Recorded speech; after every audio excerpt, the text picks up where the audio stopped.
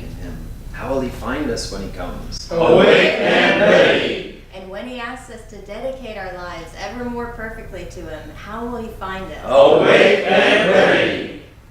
Divine Mother, Divine Mother, Heavenly Father, Heavenly Father, friend, beloved God, friend, beloved God, great masters of self-realization, great masters of self-realization, Jesus Christ, Jesus Christ, Babaji Krishna, Babaji Krishna, Lahiri Mahashaya, Narayan, Ananda, Swami Shri Yukteswar, Swami Shri Yukteswar, Paramahansa Yogananda, Paramahansa Yogananda, saints of all religions, saints of all we religions, humbly bow before thee. we humbly bow before thee. Divine Mother, Divine Mother, help us help us to open our hearts to open our hearts to your divine love. to your divine love. Give us the strength and courage Give us the strength and courage to pattern our lives to pattern our lives after the great ones, after the great ones, and make us your channels, and make us your channels, that we may share your blessing, that we may share your blessings, your joy, your joy, your creativity, your creativity, your boundless love your boundless love in this world. in this world. Om. Peace.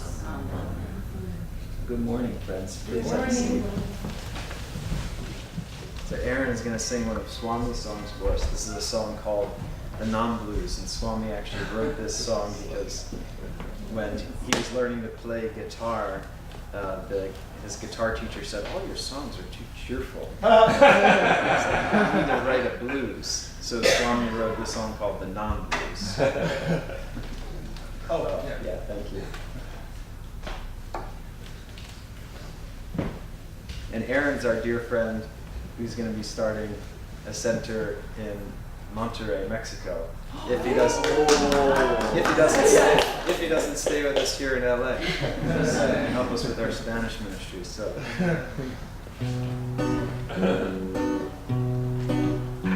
What am I doing hanging out in this cellar? It's like this, I'm composing a blues. No, it ain't the blues, cause it's only one. And brother, one's all I can do. I'm a-hanging my head like I oughta. How's this? Have I got a hang of it? My chair is a case of gin, and my mouth I droops like a Saint Bernard till its corners are touching my chin. You may ask why you're feeling so blue. Well, I ain't, I just thought I should try. Cause some fellas said, oh, those songs of yours ain't for real, they don't make no one cry. So I thought, let's just find me some sellers, for the only way to feel blue is forget the sun and pretend the world is as dark as a fireplace flue. Oh, that realism, yeah, I love that gutter. Yeah, I wonder if we ain't been missiled.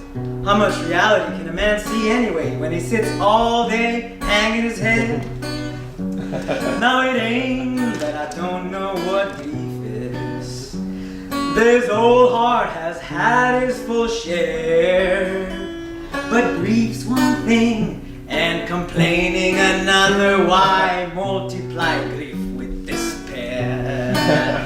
For I find that this whole world around me, like a mirror upon the wall, smiles back when I smile, looks blue when I'm blue, and that blue shade I don't like at all. So I'm going back to my battle haunts.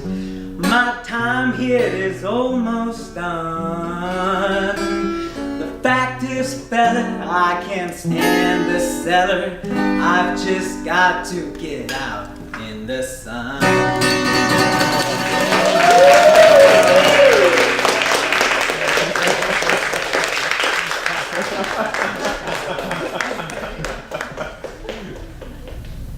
So you continue to meditate with the gaze uplifted to the point between the eyebrows.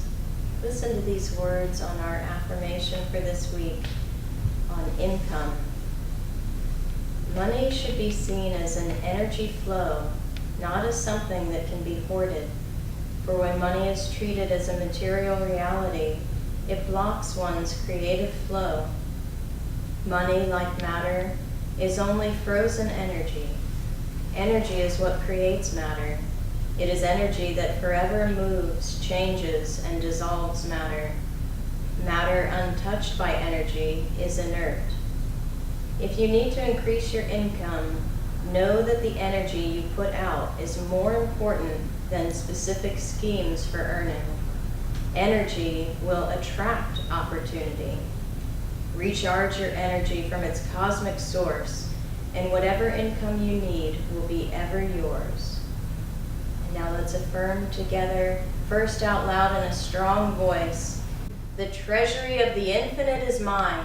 The treasury of the infinite is mine. For its wealth is energy. For its wealth is energy. And I am energy. And I am energy. The treasury of the infinite is mine. The treasury of the infinite is mine. For its wealth is energy. For its wealth is energy. And I am energy. And I am energy. And a little softer, but with even deeper focus. The treasury of the infinite is mine. The treasury of the infinite is mine. For its wealth is energy. For its wealth is energy. And I am energy. And I am energy. The treasury of the infinite is mine. The treasury of the infinite is mine. For its wealth is energy. For its wealth is energy. And I am energy. And I am energy. And now in a whisper, bringing it into the subconscious mind, the treasury of the infinite is mine. For its wealth is energy. And I am energy. The treasury of the infinite is mine. For its wealth is energy. And I am energy. And now silently broadcasting it from the point between the eyebrows, the treasury of the infinite is mine. For its wealth is energy. And I am energy. The treasury of the infinite is mine. For its wealth is energy. And I am energy. And pray silently with me. Almighty fountain of infinite light, from whose spray the countless galaxies are made, let me wash away my worldly ambitions in thy waters. Let me bathe in radiant eddies of thy energy. Thou art my wealth, thou my treasure, thou my security. Oh, peace. Amen.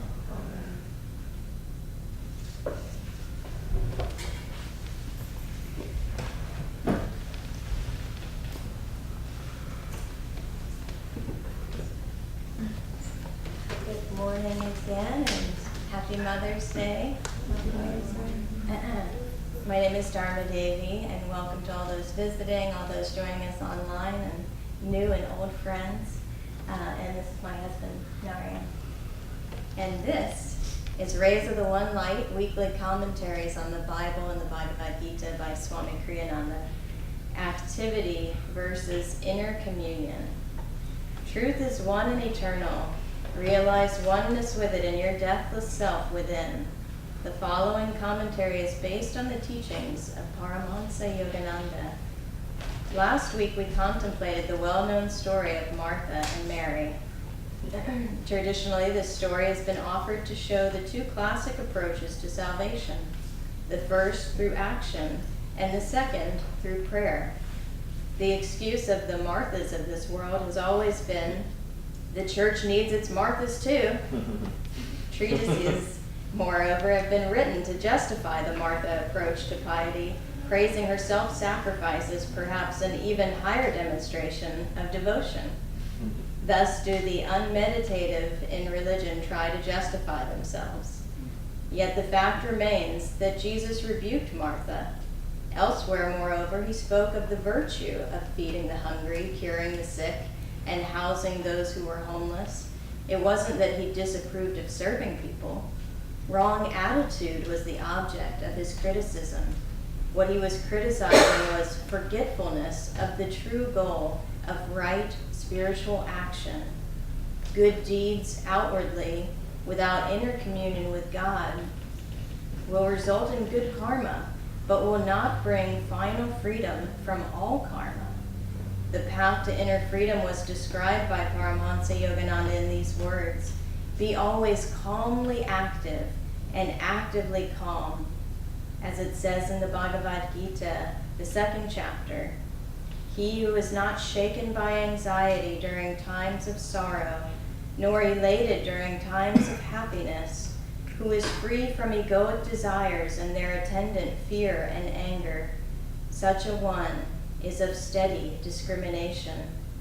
Do your duty in life, so counsels this great scripture elsewhere, but never lose sight of him to whom all action should be dedicated.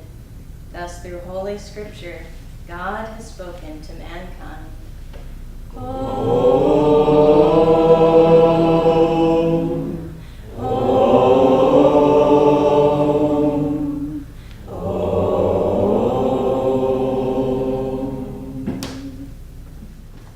I want to share on topic. This is a Whispers from Eternity, Yogananda's prayer demands, and this one is to Divine Mother. Dance in me thy dance of infinity. O Mother Divine, I have learned to love thy dance of destruction. For I see now that what is destroyed is my own ignorance and folly. Thou hast shattered again and again with thy war dance of destruction my fragile cage of bones and flesh, and consigned it to crematory flames.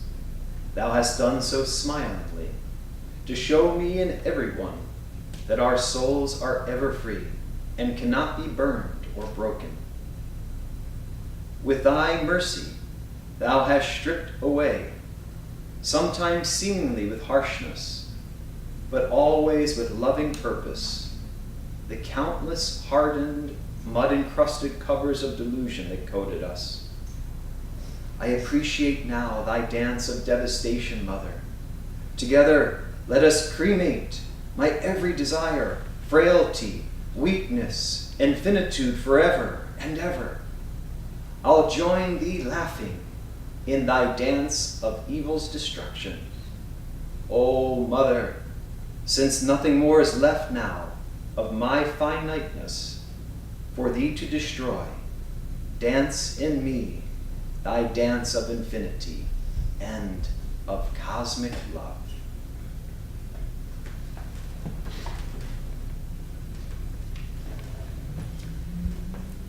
These whispers are so beautiful.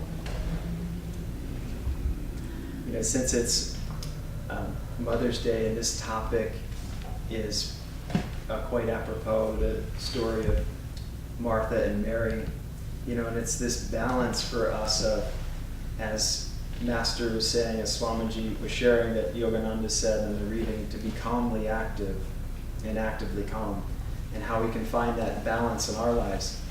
And it occurred to me, I don't know if you remember like those old, my dad used to sing like those old 50 songs like doobie, doobie doo, you know, like Frank Sinatra. But that's kind of what we want. We want the being in our doing, you know? We want to doobie, doobie doo. Anyway, that's it. Perhaps for the Frank Sinatra fans. But this is the path that we're searching for, is that perfect balance.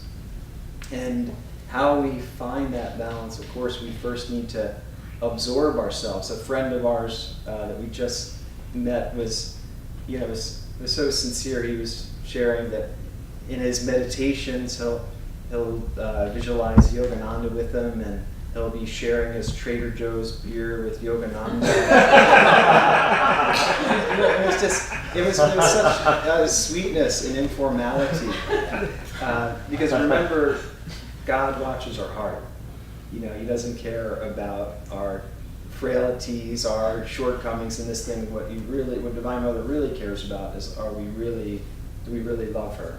And that's why it's important every day to search your heart, to look into your heart. You know, Swami gave that offering at the end of your day to cast up, visualize at the point between the eyebrows, everything, good, bad, indifferent, everything from the day, and just offer it into that bliss, this light at the point between the eyebrows.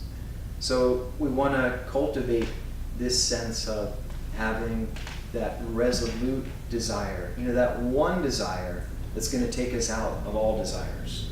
Swami one time asked Yogananda, well, do people that commit suicide, do they find God? And he said, well, no. There also needs to be the desire for God. And so how can we cultivate that heartfelt devotion? With this story of Martha and Mary, the three main characters here, we have Christ, and we have Mary basking, absorbing in the presence of Christ, and we have Martha, right, who's busy preparing a meal. And, justifiably so, you could see from her perspective, her sister is just sitting there, seemingly, not doing anything helpful. There needs to be a meal prepared, and she comes out and says to Jesus, will you send my sister in here to help me out? And what does Christ say? Martha, Martha, there is one thing that is needful, and Mary hath chosen that one thing. What is that one needful thing that he was talking about? Every week we do this Festival of Light, and in the Festival of Light there's a line where Christ, who came to Babaji in the Himalayas, says, in the West they're still doing good works, but they have forgotten the noble taper of inner communion with the Lord. That noble taper burns low. It's ill-attended. Won't you send someone to set lights ablaze on that high altar once again? And this is how Yogananda came to the West, to bring this second coming of Christ. And so that's why Jesus in that moment was saying to Martha that Mary has chosen that one needful thing, to be absorbed in the presence of God, to take in that spirit of the Divine Mother. And because it's Mother's Day, it's appropriate too that this is the way we ascend. We ascend through the Divine Mother. Just like a mother, all of you who have had children, it's from the mother that in the womb of the mother is born the Christ. And so it is in our spiritual realization. It's through that absorption in the Divine Mother, in the cosmic sound, that it shatters our delusion, right, of being this body and this personality, and we begin to expand like this whispers to the dance of infinity. And then we can realize that Christ within us. So the three characters in this story, Christ, they're all represent what's happening in us, right? Christ represents our soul nature. And Martha is our restless ego, our desires, our anger, all the things that keeps us caught up in the world. And Mary represents that other aspect of ourselves, the devotional aspect, the reverential aspect that wants to offer itself up. When, this reading too reminded me of a principle that Swami gave to us through Ananda. Ananda, he said, one of the founding principles is people are more important than things. And when Swami was in charge of the monks here in Self-Realization Fellowship, Master told him, don't make too many, when he told him to organize the monks, he said, don't make too many rules. It kills the spirit. And that is the same way that Swami organized Ananda. Organization, he used to liken to, it's like fertilizer. If you have just the right amount, it allows things to flow smoothly.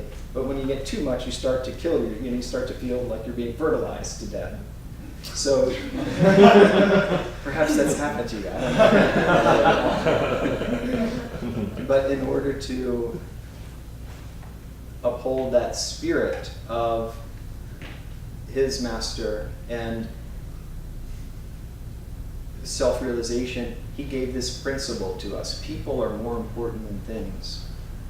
And that is really, if you think about it, this is the divine mother aspect, that the dynamics that we have is our cooperation, our harmony. And if we can come together in that spirit where we feel, well, how can we feel that sense of harmony though? And really what we want to be is both Mary and Martha, right? That's what calmly active and actively calm is. That's the balanced middle path that Babaji is talking about too.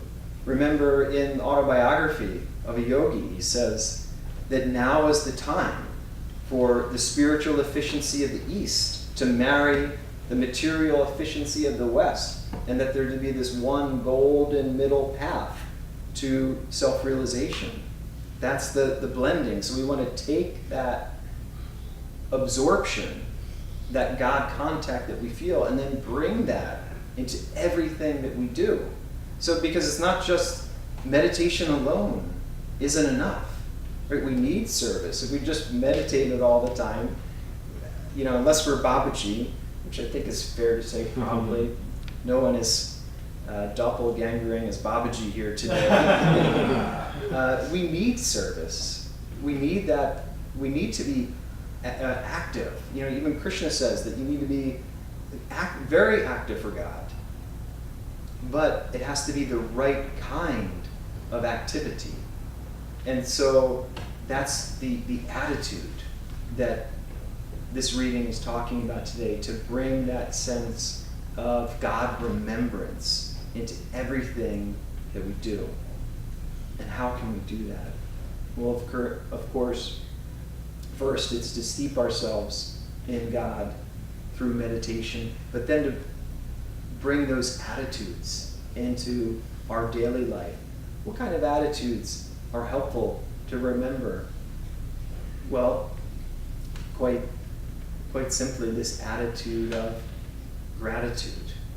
When the day comes to us that we have that choice of what kind of day we would like it to be, and we can choose consciously at any moment in time. If we are not happy with what's happening to us, well, like Master said, no one in the world, right, can make us happy. It's up to us, so we have to make that conscious choice. This is the importance of using our willpower rightly. I recall when I used to live on the East Coast, and I was a part of Ananda, Rhode Island, and I had this experience with people being more important than things. I was really super enthusiastic and wanted to get Ananda going on the East Coast. I was part of the meditation group there in New York, and there was Ananda in Rhode Island that I was a part of, and all this. And I was then offered this opportunity to serve at Crystal Clarity because I had done the yoga teacher training at Ananda Village. And I turned it down. I said, no, my place is on the East Coast. I just felt like that's where I was supposed to serve. So my friend and mentor at that time is Nayaswami Jaya, who co-leads Ananda in India. He's a great soul. And I called him and I told him about this. And he said, well, if you were gonna, leave your job in New York and come to Rhode Island to live at the community there, he said, I actually would encourage you to go to Ananda Village. And I couldn't understand why he said that. I said, well, why? And he said, well, if you go there, you'll be dyed-in-the-wool. And as soon as he said that expression, I understood what he meant. That you'll be steeped in it. In other words, he was saying you would have the opportunity to be married, right, if you go to the village. And in other words, it was an example of he was putting my spiritual progress above growing the work. And that's what we have to remember, that the work is us, right? It's not how we need to make the perfect system and make things work. You can have the absolute worst system, right? And if people get along and are harmonious, it's the perfect system. It doesn't matter. So that's why it's important that all of us take on this sense of leadership a true leadership, supportive leadership, in service to each other and in service to everyone that comes here and everyone in our life. I wanted to close with a story about love, since we're talking about it's Mother's Day, but true divine love. And there's the story of the Buddha and the courtesan, and the Buddha had his disciples, and one day they came across this courtesan, and she was part of a pleasure garden where it was a brothel, and she said, "Oh, you are pretty," to the Buddha. I love you. And she went up and kissed him, and he professed his love to her, said, "I love you too, but I will show my true love for you, but not now." And then many years went by, and then one day the Buddha was meditating with his disciples, and all of a sudden he shot up, and he said, "The courtesan, my beloved, she needs me." And he went running, and his disciples thought, "Oh my God, what is he doing now?" he's running after her. They remembered it from those years ago. And then he came to her, but now she had no friends, and she had sores on her, and she was there about laying on the ground about to die. And the Buddha came to her and said, "I have come, my beloved. I have come now to show you my true love for thee." And he held her in his arms like a mother, and he kissed her, and he loved her. And that is what the masters are asking of us, to open our hearts. Long we feared to face your love, lest our emptiness approve. We sing that song in the Festival of Light. Now at last our hearts we give you who remain our friend. God, Divine Mother, she's been our friend for all eternity. Let's go back home to her now.